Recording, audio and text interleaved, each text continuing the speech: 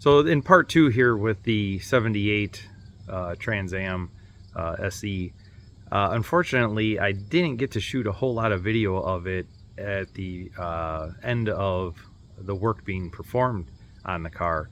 I kind of got into the zone of just fixing a bunch of stuff, getting it up and running and driving, and before I knew it, the customer came and got the car and took it back, and he had it detailed. I'll show you pictures. They're not the best pictures that he sent me, but at least you can see that it did clean up and how well it looks. So this video is going to be a little odd. I'm just mainly just pointing out the things that we did to it. So it's not the best, but at least it's at least you get all the gist of what we did to the car and where it's currently at. So check it out. All right, let's see what we got going on. New gas tank. New this is the vapor and return line on the passenger side. I should say hoses, not the line. We left the steel lines. Then over here we have the new hose for the feed line. Because it's a Pontiac engine, feed line is on the driver's side. And we also replaced the dried up hose that was right here behind the left side tire. That's all good to go. We also put a new fuel pump on. That's all good. Carb is rebuilt. Next up is we're gonna get these nice used 7-inch snowflakes that we picked up for it. We got rid of the Krager SS's with the 3-blade knockoff, and we got some factory style wheels for us. So can't wait to get these out and get it down, pour some gas in the new tank. Let's fire it up.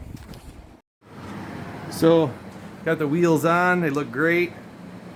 Got it fired up. We're starting to adjust the carb a little bit, threw a timing light on it and found something odd.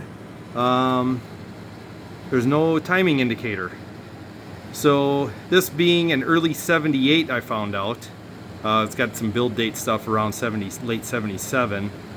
The 400 didn't have the timing indicator cast into the timing cover anymore. It had like the 301 where it had the plastic timing tab. Well, somebody must have removed it and never put it back on, so I don't know how they set the ignition timing on this. So I do have the 301 timing indicator, but this bolt is not going to come out because it's kind of slightly behind the harmonic balancer. So I'm going to cheat, and I'm actually going to slot this bottom one. I'm just going to cut it straight down. We'll loosen that bottom bolt. We'll take the top one out. That's actually in a water jacket now that I think about it, because that's supposed to be a stud with a nut on it. And somebody, oh geez, how am I going to do this? I want to take that one out, but it's going to puke coolant out, and now it's all hot. I'm going to have to figure this out and see how I want to do this, but I can't slot both. Well, I could slot the bottom one straight down and the top one to the side, and then I can just drop it in and hook it over. Yeah, I might do that. Oh, we'll figure it out. Okay, timing tab is on. That wasn't too hard to do. Just a little trimming on it to get it to slip between the bolts. Sorry, man, that light is really bright, isn't it? And if anybody was ever curious, about a numbers matching block, basically, we're gonna turn off the light. Maybe right there, that pad right there next to the timing cover, that should have the VIN number, the last, I don't know, 6 digits or something like that, stamped into it to match the VIN, which there's numbers there. I'm gonna wipe them off and see, but I don't see why it wouldn't be original to the car. But yeah, so let's get the ignition timing set now.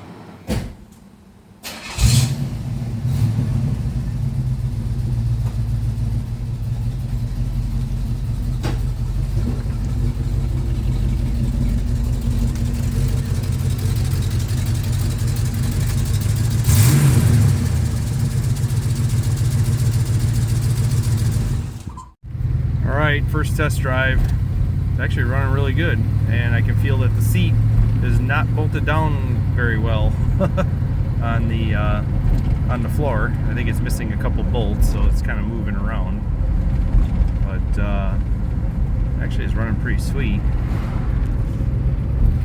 Got plenty of power. Oh, it feels real good, and somewhat staying cool. Good oil pressure. Tech's not working, not sure why. Brakes, yeah, they're kind of there. Brake rotors are pretty rusty. Kind of pulls to one side. I think it's going to need a caliper or something. All right, I'm liking it. Wow, she's really got some spunk.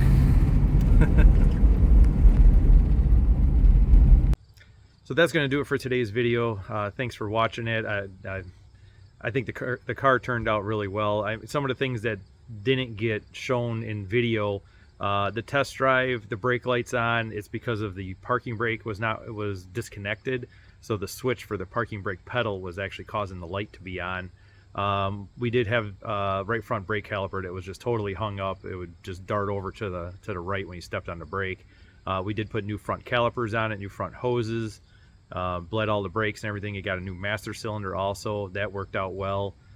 Fixed a few vacuum leaks on the engine. It ran super smooth. The car had plenty of power. It actually ran excellent. It really turned out well. And then like you saw, customer had it kind of washed up and waxed and detailed a little bit, and definitely a really cool car for a barn find. Nice driver. I'm sure he'll be back. We'll be fixing some more things on it. So thanks for watching, guys, and we'll catch you next time. Thanks.